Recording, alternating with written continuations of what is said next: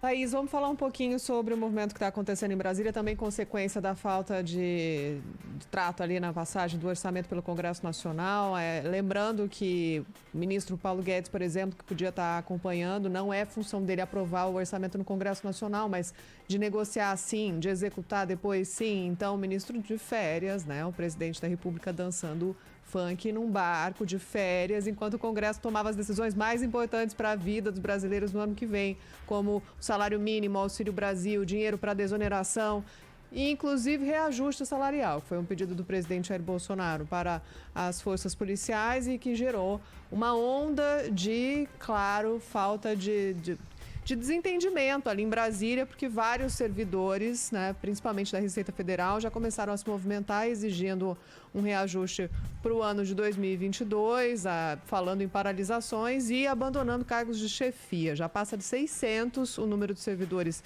da Receita que anunciaram que vão deixar esses cargos de chefia, são cargos em comissão, né? Então vão deixar de assumir responsabilidades que estavam tocando por conta dessa falta de previsão de reajuste orçamentário para o ano que vem. Eles tinham feito já um comunicado ao Ministério da Economia dizendo que a previsão orçamentária para a Receita Federal para o ano de 2022 já era muito menor do que o possível para executar o trabalho que é necessário.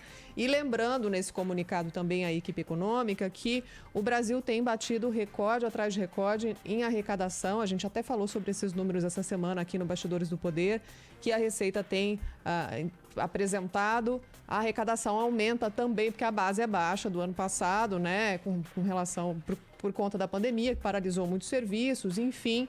Mas é resultado do trabalho da Receita, que agora reage dessa maneira por conta do orçamento que passou pelo Congresso Nacional sem previsão de reajuste para os servidores de maneira geral, somente um reajuste, um aumento seletivo para as forças policiais. Foi isso que passou pelo Congresso Nacional. Também temos notícias de que servidores do Banco Central estão indo pelo mesmo caminho, vão se reunir para discutir a possibilidade de paralisação.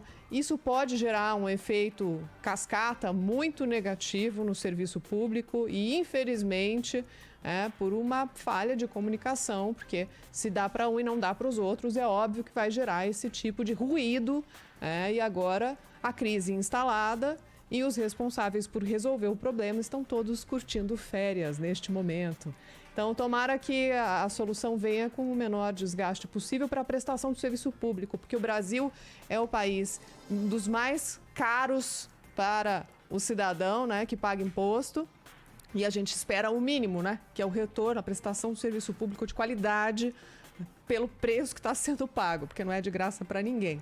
Mais tarde a Juliana Rosa vai falar com a gente, imagino que ela deve passar por inflação, né, IPCA 15, que é a prévia da inflação para este ano, com alta de 0,78% para o mês de dezembro, e ali a gente prevendo o fechamento da inflação para esse ano, que é a alta dos preços que todo mundo sente, passando de 10%, 10,42%, principalmente por conta dos combustíveis.